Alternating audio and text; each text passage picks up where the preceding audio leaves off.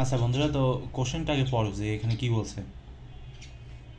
তো আমাদের মূলত যে জিনিসটা বের করতে হবে সেটা হচ্ছে যে তোমার ভোল্টেজ। তো কী বলছে যে একটা ট্রান্সফরমার তো চেনো, যদি না চেনি থাকো তাহলে গুগল করতে পারো।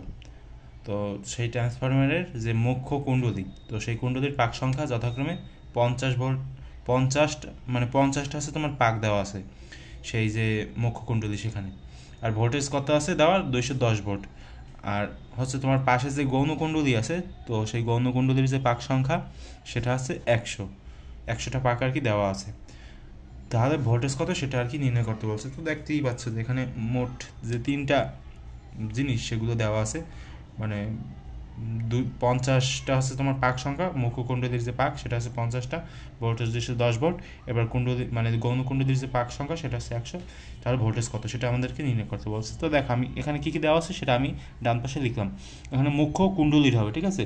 তো আমি একটাও কিন্তু কুণ্ডলী লিখি নেই। তো মুখ্য কুণ্ডলীর পাক সংখ্যা কয়টা? 50টা। এনপি, সেটা এনপি দিয়ে চিহ্নিত করবা। এবার মুখ্য কুণ্ডলীর যে ভোল্টেজ সেটা কত? ভিপি সমান 210 ভোল্ট। আচ্ছা, ভালো কথা।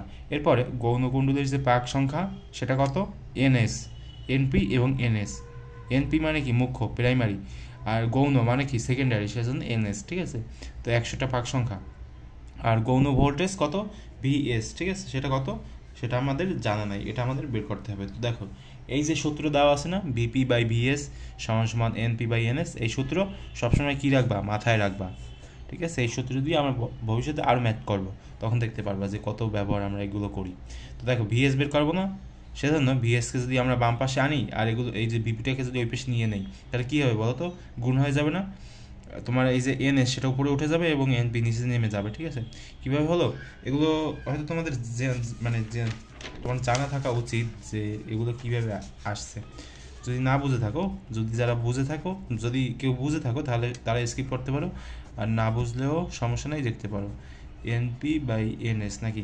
তো এখান থেকে কী বের করতে হবে আমাদের? হচ্ছে তোমার এই যে ভিএসটা বের করতে হবে। তো ভিএসটা যদি আমি এই পাশে নেই তাহলে কী আসবে বলো তো?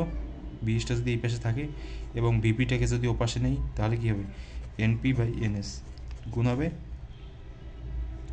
এটা এটা এটা কোথায় থাকবে বলো তো? এখানে থাকবে। এই যে ভিপি নিচে নিচে নেমে আসবে, ঠিক আছে। উপরে ওয়ান থাকবে না, যদি এখানে কিছু না থাকে, ঠিক আছে, তাহলে ওয়ান থাকবে না, সেটা আর কি।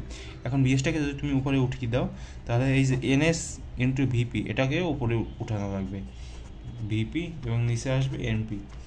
এখন এই যে এনএস বা এনপি এটা এই পাশে লিখলাম এবং গুণ দিয়ে ভিপি, এরকম তো আমি লিখতে পারি নাকি, সেটাই আর কি এখানে লেখা হয়েছে। বুঝতে কি পেরেছো? তো এই দেখো ভিএস সমান NP, NS by NP into VP. তো এখন মান বসানো হয়েছে এবং ক্যালকুলেশন করে এটার যে উত্তরটা সেটা বার করা হয়েছে। কত ভোল্ট? 420 ভোল্ট। তো তোমার কী চেয়েছে আমাদের কাছে? ভোল্টেজ বের করতে চেয়েছে, তো আমরা ভোল্টেজটা বের করে দিলাম। বুঝতে কি পেরেছো? যদি না বুঝে থাকো তাহলে আবার শুরু করো প্রথম থেকে।